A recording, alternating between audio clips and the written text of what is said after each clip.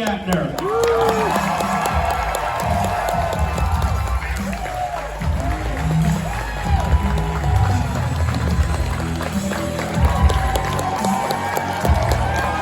Please, don't stand. No,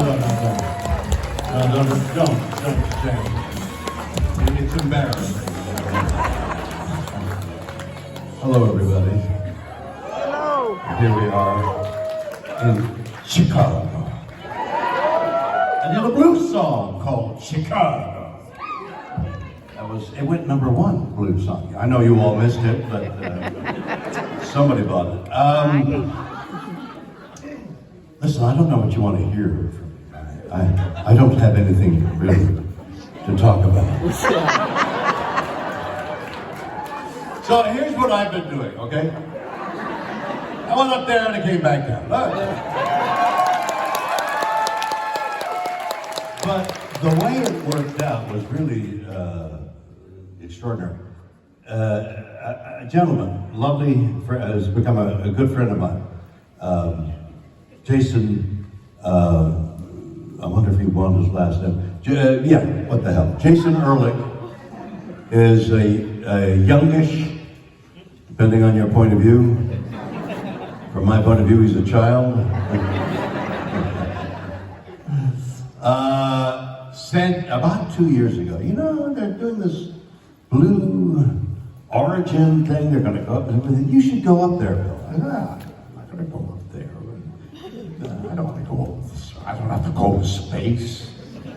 He said, you know, it's really good. And I said, nobody's interested in me going to space. He says, no, they wouldn't. I said, Jason, that's it. Anyway, he calls Seattle Blue Origin. The guy there in Blue Origin, I don't remember who it was, said, well, why don't you come up and talk about it? So Jason convinces me to fly up from Los Angeles to Seattle to see the people at Blue Origin, and we get in there, and there's Jeff Bezos, head man. So we start talking, and then he ushers me around to his lobby, which is 3 times the size of this room, the lobby of Amazon, thank you. I would have retrieved it, but it just takes time, okay? So he's the guy who invented Amazon, and turns out to be a spectacular gentleman. But we go to see, I said something nice about Jeff Bezos. That was Elon Musk. Did that. So we go into the lobby, he takes me to the lobby, and in this lobby, in this giant lobby, are all the paraphernalia of Star Trek, including the starship. See, I would have gotten it, just takes me. So there's the Enterprise, under glass, and I mean, it was a spectacular display of paraphernalia from Star Trek. Turns out, not only is he a great Star Trek fan, I should have brought him here. Not only is he a great Star Trek fan, but he claims that Star Trek brought him into the whole space thing, and I'm looking like flabbergasted. Okay, so now we start talking about what do we want to do, and Jason's urging, if you take Shatner on the first trip, you know, and I go, no, you know, I don't want to go, it's dangerous, are you kidding? So we leave there with the idea that, yeah, it sounds like a really good idea, they'll get back to us. And then the COVID thing happened, and that took a year out of everybody's, not to tell you. And so 6 months ago, they announced they're going to go on their first trip into space, Blue Origin. So I think, well, I guess I'm going to go. First trip, go there, go out to Texas, where it's all, you know, they have their own blast-off place, their space program. Yeah. And then Jeff Bezos announces that he's going to go. So I think, oh, he'll choose me. We got on. I'll go with him. I'll go with Jeff Bezos. And he chooses his brother. So he and his brother and an elderly lady and a very young guy, they go up. And I said to Jason, see, I told you, man, it's not, I mean, nobody cares about me going out. He says, well, maybe the second trip. I said, well, the second trip's like being vice president. So they said, would you like to do the second trip? So here was my frame of mind. Like, you know, facing an audience and talking, just talking, and hoping that you can be entertaining enough to occupy your attentions, and people don't start to leave, and that has happened. You know, where are you going? I'm out of here.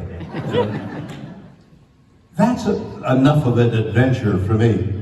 You're always walking a tightrope. Like, I hope they laugh at this joke. And how many times have you told something you thought was funny? And you know, and then they went and then they fell, and nothing happened. And that was the joke. You got your neighbors. But imagine doing that in front of 2,000 people. That's enough of an adventure for me. So I thought, you know, what I'll do, because now they ask me to go. I said, you know, it's worth the thrill. When my family, we've got all kinds of kids and things like that, and we go to an entertainment area with a roller coaster. Where were you? She's looking down at her phone. I'm here, over here. The kids go on the roller coaster. Come on, Daddy, come on. I don't need a roller coaster. I'm walking tightrope. I don't need a roller coaster. I don't need to go up in space. Then I thought, you know, the thrill. A couple of months before that, I was asked to go on Shark Week. Anybody see Shark Week? 5 people saw Shark Week. So they said, you know, we'll go to the Bahamas. I can never get it straight. You go to the Bahamas and deal with the Bahamians. I don't know why you left the Bahamians, but they turn out, the people from Bahamia are Bahamians. And they don't behave themselves. So I'm invited to go, and there I am. I'm a scuba diver, I've been for many years, so they put the tank on my back, and I'm ready to jump into the water with the mask, and I'm looking down at the water's roiling. What is that? Oh, sharks. Sharks, they're waiting for me to jump in. Yes, that's right, the most dangerous time to go in when you're observing sharks is the entrance and the exit. So be very careful on the entrance. Okay. So we're talking about thrills, right?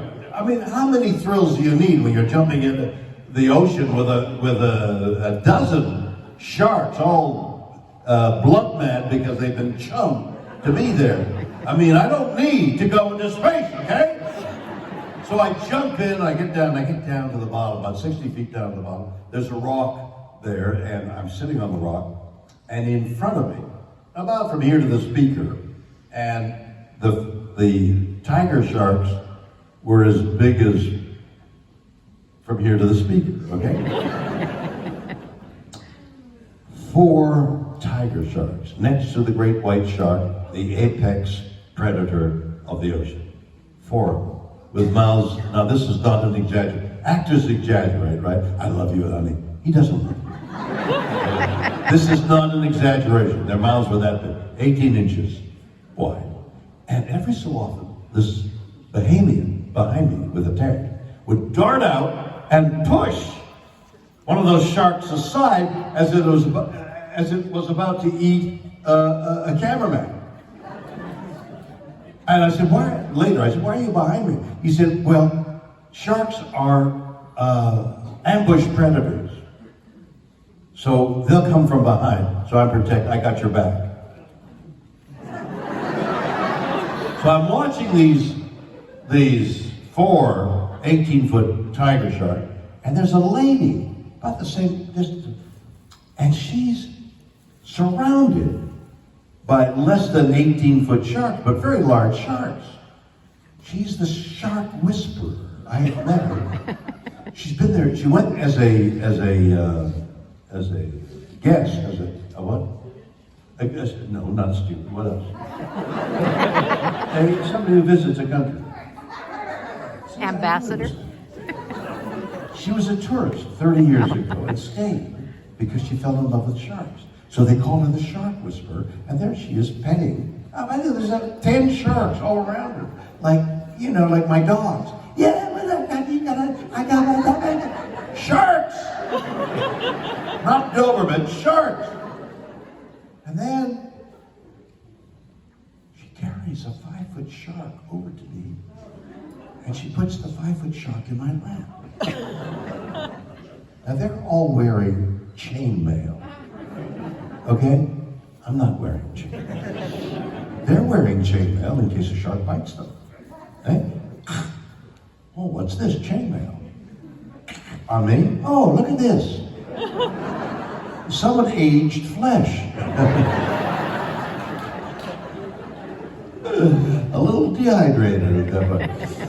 But then meat is better when it's dry and longer. My meat, if you'll excuse the expression, must taste a little bit better.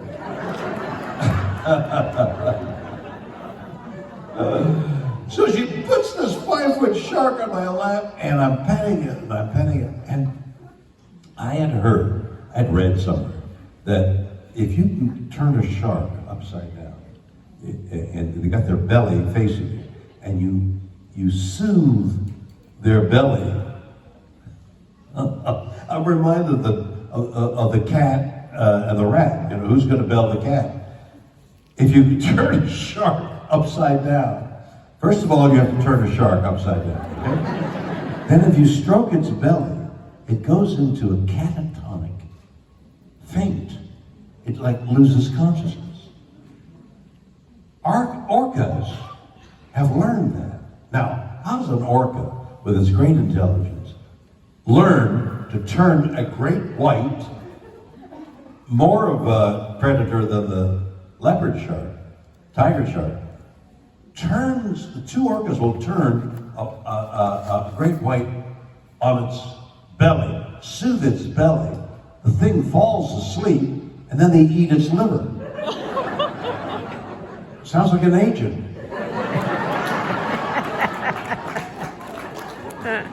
I just made myself laugh. So I'm thinking maybe this shark in my lap is in a cat, and I inadvertently put my finger in its gill, and it swims off. Good Lord, it's alive. So I don't need the thrill of space, okay? I've swum with sharks and been married more than once. I didn't make you laugh on that. So they offer me to go up to space. And I think the thrill of it, the absolute unique thrill of it, like weightlessness and seeing the blue orb that the great Carl Sagan. Can you travel with me? I'll heal you so you can throw away your cane and walk. Heal and remind me of everything I forgot.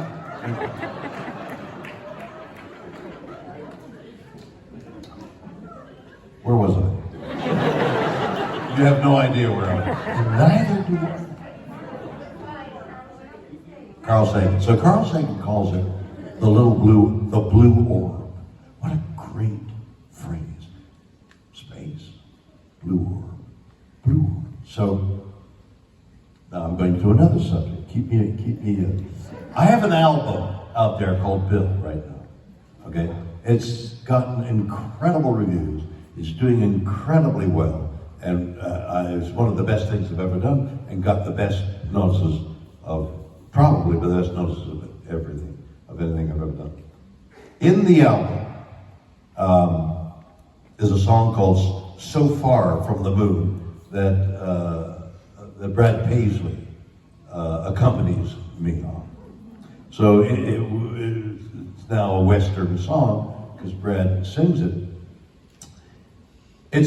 So the album is based on things that have happened to me. We've made it into songs, and they've become sort of universal things, like "So Far from the Moon," which is about about a year before this event that we all observed took place. I was at Cape at that time, Kennedy or whatever, Canaveral, whatever it was, and they rolled the red carpet. Just said hello, and I did the whole thing, and then finally they handed me a little Enterprise spaceship, and I signed, "I'll see you on the moon." Year later, series has been canceled.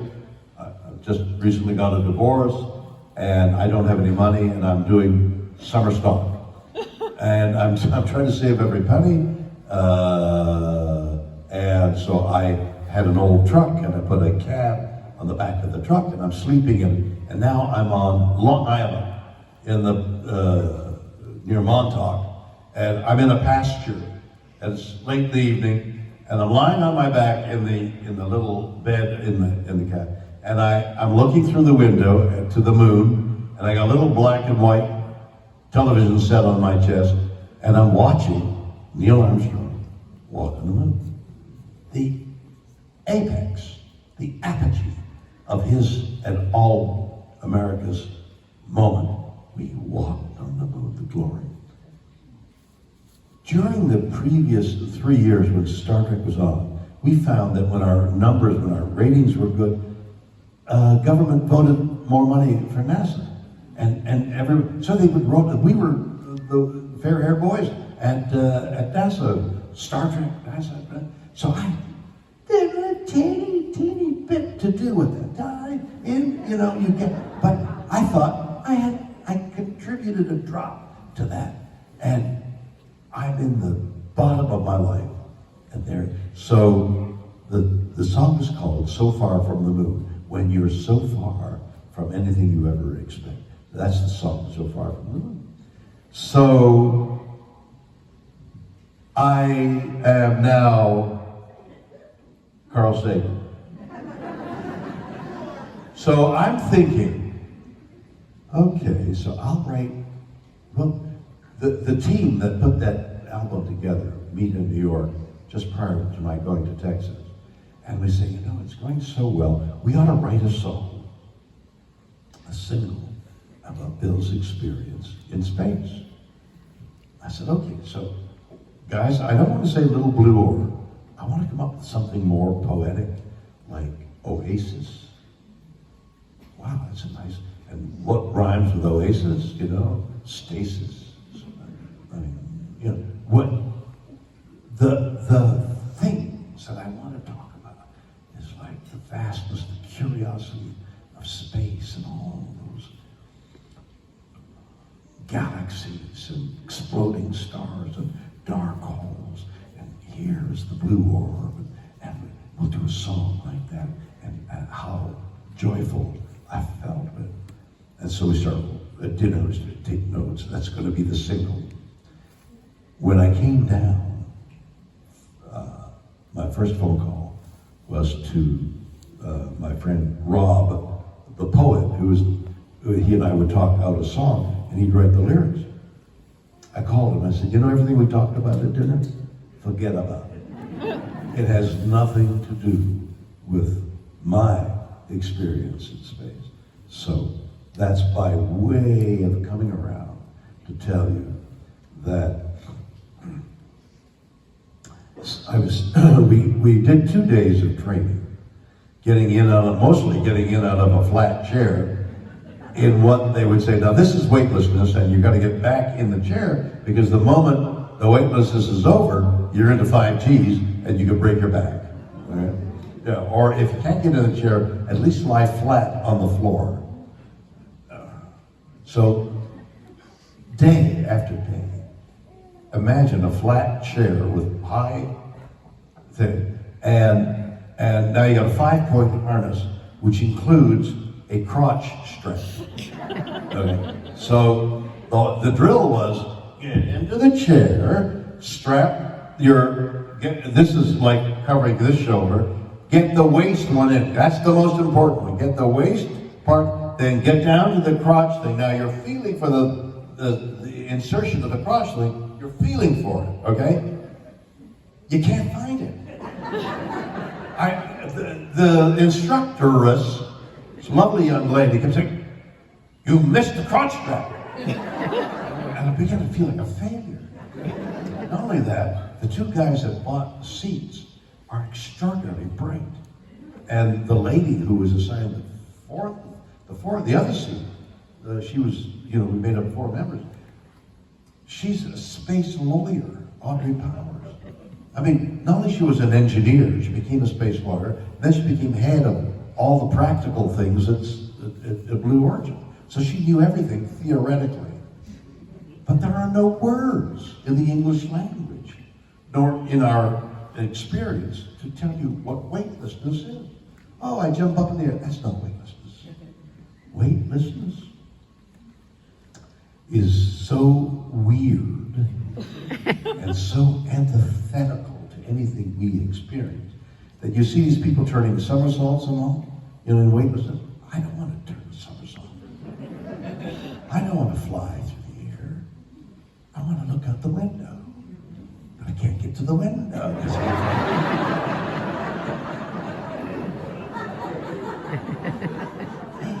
Weightlessness is indescribable. So they're busy training us. Okay, now you slip into this, you get into that, you reach for the crotch, you get okay, everybody. And then day after day, they prepared us for the safe journey, but in case something went wrong. Using muscles to get out of this chair. You gotta get out of the chair. And all the arms and legs. I can hardly move my arms at this point. I'm so sore. My shoulders are. Last night I'm sleeping on my shoulder, outside, and oh my God, I'm in pain. Then, prior to the whole thing, I had to walk up 11 flights of the gantry. So they said, "Oh, he's the oldest man that ever went into space." No, for God's sake. I don't even recognize the number 90. Well, who's 90? What are you talking about? No, you don't understand. I don't recognize that. I'm 35, okay? Except when I got to the top of that gantry, I thought, okay, I'm 90 years old. It was frightening. So weightlessness. But that moment of escaping the chair, and I went to the Jeff Bezos chose his brother, a young guy, and a lady with gray hair. And I saw the film on him in this weightlessness. And what they did for a period of time, is the camera's here, Bezos is there with his back to us, but he's floating, so his legs are akimbo. So you're looking right up that, and the young guy is throwing kettles at that spot, trying to win a prize of some kind. It was the most ridiculous. I mean, here it is. It's a holy place. You're in space. You're throwing kettles at his asshole. What is that? So I'm looking out the window, and all of a sudden, we're in the blue sky, going through the sky. All of a sudden, we burst through the blue sky. And I have to see film because this is all like crazed. You're in weightlessness. You're sitting on a exploding oxygen and nitrogen, helium. No, Hydrogen. Oxygen and hydrogen, and I've been mesmerized by the Hindenburg. Eh? What did the Hindenburg burn from? Hydrogen. They dropped a mooring anchor from the sky. That static electricity went up. Boom! It hit the leaking hydrogen, and oh, the and people are running for their life, and the whole thing is exploding. It's helium! Hydrogen. Nitrogen! And that's what they were pouring into this thing, nitrogen.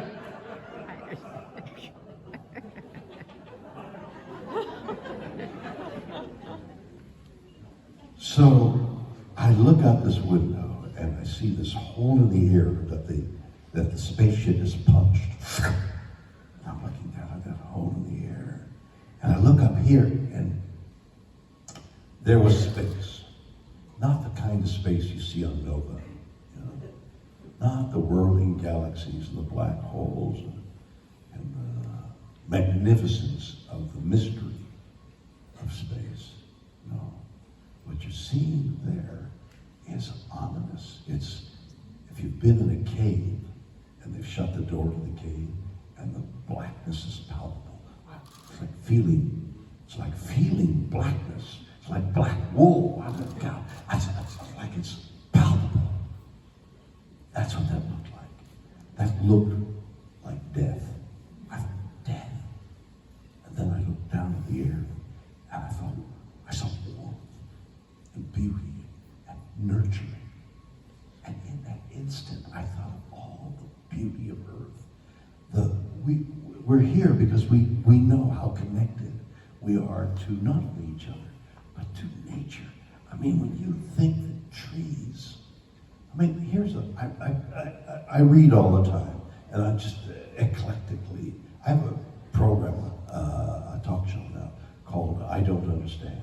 And I don't understand anything. So people are coming on the show to explain, anything. Like, how does the microphone work? I mean, everything we do, we take, oh yeah, we've got a microphone, got a radio, got a television set, and I'm walking and I'm driving a car. That's all miraculous, man. We take everything for granted. If you just look at a moment at the incredible ingenuity that mankind has had, but even more so, the ingenuity of nature.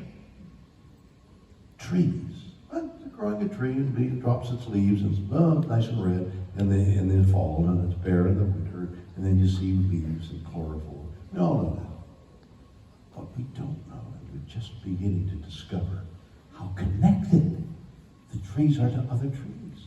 There are mother trees. There are mother trees. And it sends its roots to the little ones or to the trunks of trees that have been cut down, that have been killed. Mother trees nurture. And here's the latest. There is a web underneath our feet, 6, 8, 10 inches underneath the ground, that are called mycelium. The fruit from which are mushrooms. So mushrooms miraculously grow on your lawn or ground. It's not miraculous. They're the fruit. When the conditions are right, moisture, whatever, the mycelium give birth to mushrooms. Okay? Mycelium, yeah. But those long lines of mycelium are like tendrils in our brain. They're like electrical conduits because the mother tree is communicating with electrochemicals, low-grade electrochemical signals running along the mycelium. They're talking to each other, and if you think of electrochemical communication along dendrites, that's your brain. How connected. I got chills just thinking about it. How connected are we to this primitive but knowledgeable, things are going on, communication from a tree to a tree, and us to me and you. It's holy. It's like profoundly mystical. And the sadness I felt when I looked at the earth was, I read a book 50 years ago called Silent Spring. Rachel Carlson wrote a book saying terrible things are going to happen unless we do something about the earth 50 years ago. And then people say, there's going to be global warming. Yeah, no, there is going to be global. No, it's just a thing that's in the natural. New York floods, right? Chicago's underwater. The lakes are rising. I mean, it's a terrible thing that's going to happen. We can't bury our heads in the sand any longer. We are on the precipice of apocalypse. And your children, especially your children's children, that baby that you're carrying right now, is in deep shit. Yes. And the only way to make that baby able to marvel at the miracle of the world and look at trees and elephants and giraffes and lions and tigers, they're all disappearing. They're disappearing within 20 years. All those magical animals that lurk in the forest and are highly intelligent. We haven't yet begun to discover how intelligent all life. Slime goes towards the sun. It has something saying, climb this way, guys. Slime! What does that do to ants and their magical qualities? Insects that have been around longer than the dinosaurs. I mean, everything's intelligent to a degree. And we are screwing up. And I emerged from that ship, and right now, I'm near tears right now, just thinking how sad it is for that child not to see what we've seen. That's what we got to think of. So, am I done?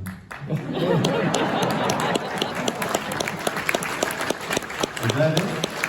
Nobody's calling me out. I have an intuition my time is up.